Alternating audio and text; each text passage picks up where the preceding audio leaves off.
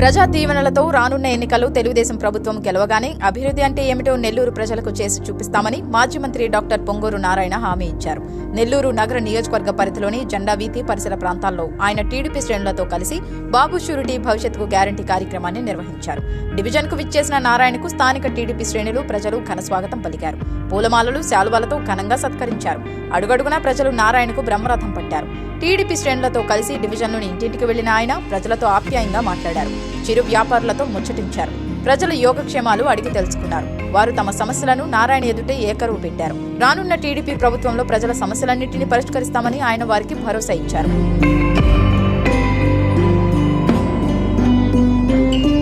ఈ సందర్భంగా మాజీ మంత్రి డాక్టర్ పొంగూరు నారాయణ మాట్లాడుతూ జెండా వీధిలో రోడ్లన్నీ చాలా చిన్నవిగా ఉంటాయని, వాటిని సక్రమంగా చేయాల్సిన బాధ్యత ఎంతైనా ఉందని అన్నారు.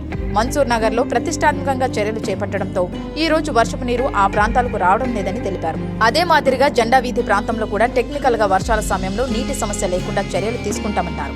అండర్ గ్రౌండ్ డ్రైనేజీ, తాగునీటి ప్రాజెక్టు కోసం 11,000 కోట్ల రూపాయలతో పనులు చేపట్టామని, ఆ నిధులను కూడా రాష్ట్ర ప్రభుత్వ బడ్జెట్ లో కలిపామన్నారు. కానీ ప్రస్తుతం వచ్చిన కొందరు నాయకులు ఏవేవో చెబుతున్నారని, అలాంటి వారి మాటలను నమ్మొద్దని తెలిపారు.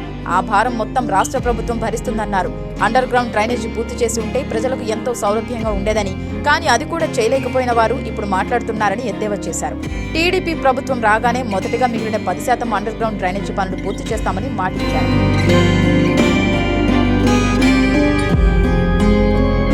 అదేవిధంగా పార్కుల అభివృద్ధి, అన్న క్యాంటీన్లతో పాటు టీడీపీ ప్రభుత్వ హయాంలో ఏవైతే చేపట్టామో అవన్నీ తిరిగి పునఃప్రారంభించి ప్రజల శ్రేయస్సే లక్ష్యంగా టీడీపీ పరిపాలన సాగిస్తుందని హామీ ఇచ్చారు.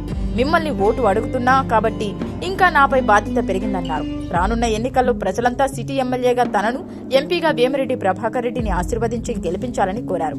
ఈ కార్యక్రమంలో టీడీపీ ముఖ్య నేతలు, కార్యకర్తలు, అభిమానులు పెద్ద సంఖ్యలో పాల్గొన్నారు.